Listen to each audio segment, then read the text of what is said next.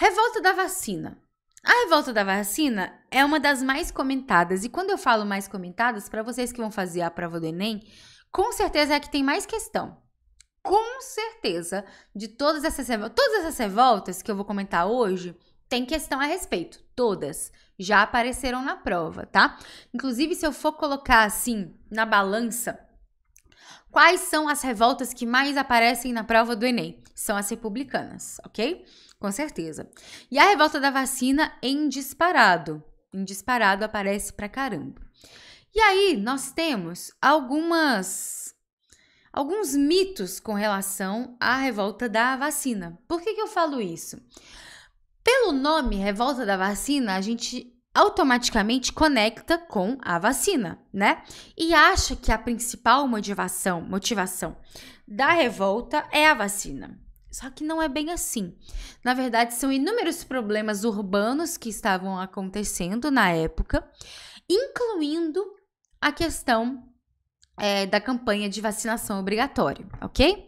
Então vamos lá. Rio de Janeiro, início do século XX, Pereira Passos, que era o prefeito do Rio na época, lembrando que o Rio de Janeiro era a capital do Brasil nessa época, ele vai promover inúmeras reformas urbanas. E aí ele fala de um processo de higienização. E por que eu falo, entre aspas, higienização? Porque o Pereira Passos, ele não queria só higienizar no sentido de limpar com relação à sujeira, com relação a problemas de saúde, etc. Mas essa higienização, né, tem um lado, infelizmente, né, até de eugenia, talvez, assim, porque ele queria retirar as pessoas, né, pobres e muitas das vezes negras do centro da cidade. Porque o centro da cidade do Rio de Janeiro tinham como moradores essas pessoas mais carentes e, infelizmente, muitas das vezes pessoas são negros e negras, né, que têm menos condições financeiras. E aí, então, dentro dessas péssimas condições sanitárias do Rio, mais essa questão racista, muitas das vezes, é que você tem inúmeras demolições e retiradas na cidade do Rio de Janeiro, principalmente no centro, né? Então, esse processo de revolta, ele já começa aí. Ele já começa com a expulsão de inúmeras pessoas de suas casas, com a demolição de vários cortiços. Falando de literatura, a Luísa de Azevedo escreveu uma obra, né, chamada O Cortiço, que tem uma conexão também com esse período. Então, todo esse processo envolve aí questões de reformas urbanas, né? Bom, além disso, por questões sanitárias, por problemas que estavam acontecendo na cidade, três doenças eram ali, nesse momento, problemas para a capital do Brasil. Varíola, peste bubônica e febre amarela. Então, dessas três doenças, existiram aí planos, né, do Oswaldo Cruz, né, que era ali um médico sanitarista da época, e conjunto com a prefeitura, 3 planos para erradicar essas doenças. Bom, com relação à peste bubônica, para quem não sabe a proveniência aí dos ratos, né, e é claro que eu não sou da biologia, eu não vou explicar aqui para vocês formas de transmissão, etc. Inclusive, comentem aí quem é o professor ou professora de biologia preferido de vocês da internet. Eu conheço vários e várias. A Rafa, do Mais Ciência, é uma das minhas melhores amigas aqui do YouTube. Eu aconselho a seguir. O Samuel Cunha, o Samuca, tem o Kennedy, tem uma galera, tem o Jubilu, tem uma galera que dá aula de biologia. Tem o Gui, né? Nossa, maravilhoso também.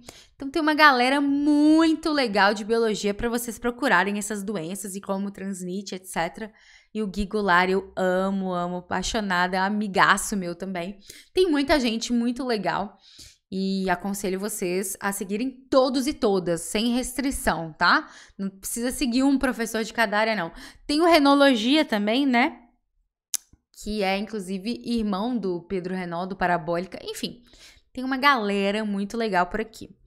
E aí, a peste bubônica, então, tá atrelada à questão dos ratos, por isso o combate aos ratos na cidade é uma campanha que, não sei se vocês sabem, mas até a prefeitura, por um tempo, comprava esses ratos. Olha que louco.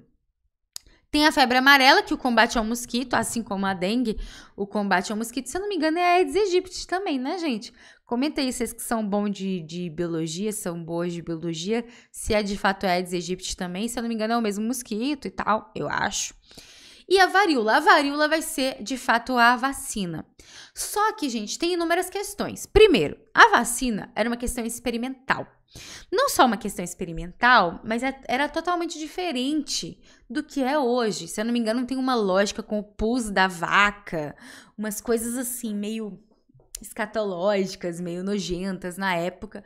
Não só isso, mas era muito mais dolorida do que é hoje. Hoje nem dor você pode falar, né, gente? Vacina é suave, não sei vocês, mas pra mim vacina é suave a dor. Então era muito mais dolorida. E a campanha de vacinação é obrigatória. Aí, ó, é a Aedes mesmo. Então eu tô boa de biologia ainda, hein? Depois vocês avisem meus amigos e amigas aqui do YouTube que eu ainda tô boa de biologia.